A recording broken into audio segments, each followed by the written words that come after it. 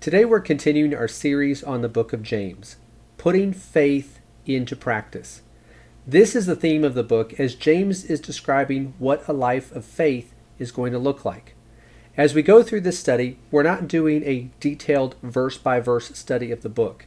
Instead, what we're doing is going through the book of James and hitting some of the highlights to see what a life of faith is going to look like.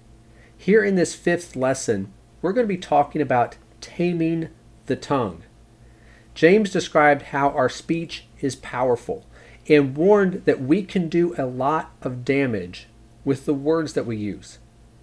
Therefore, we need to learn how to control our speech. Yet at the same time, James said that we cannot tame the tongue. So what are we to do then? Let's consider this passage in our lesson today.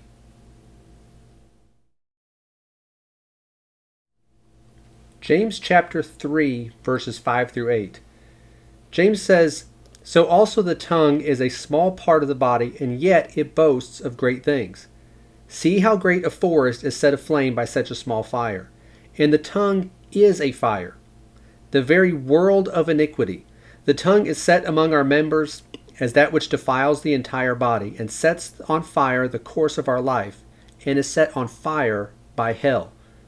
For every species of beasts and birds, of reptiles and creatures of the sea is tamed and has been tamed by the human race. But no one can tame the tongue. It is a restless evil and full of deadly poison."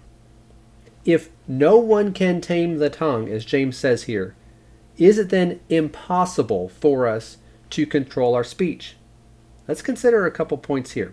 First, we need to understand the damage that can be done with our speech. This was the point that he's making. Just as a forest fire can begin from just a small spark, our tongue can spread anger and strife, gossip and hate and lies and so many other things that are destructive to us and to the people around us. What we say is important because of how powerful our speech can be.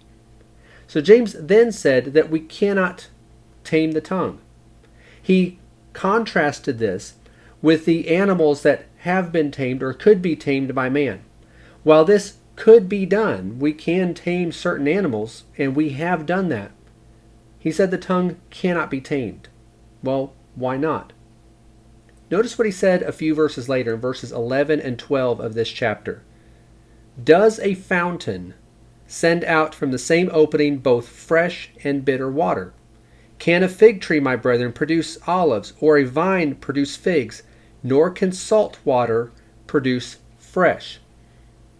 Our speech is a reflection of what is in our heart.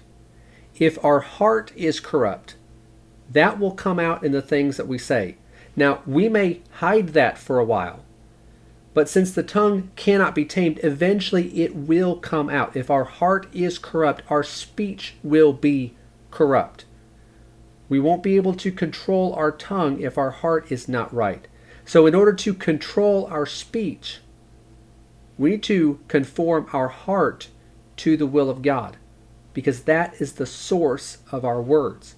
Without doing this, any effort to tame the tongue is going to be hopeless.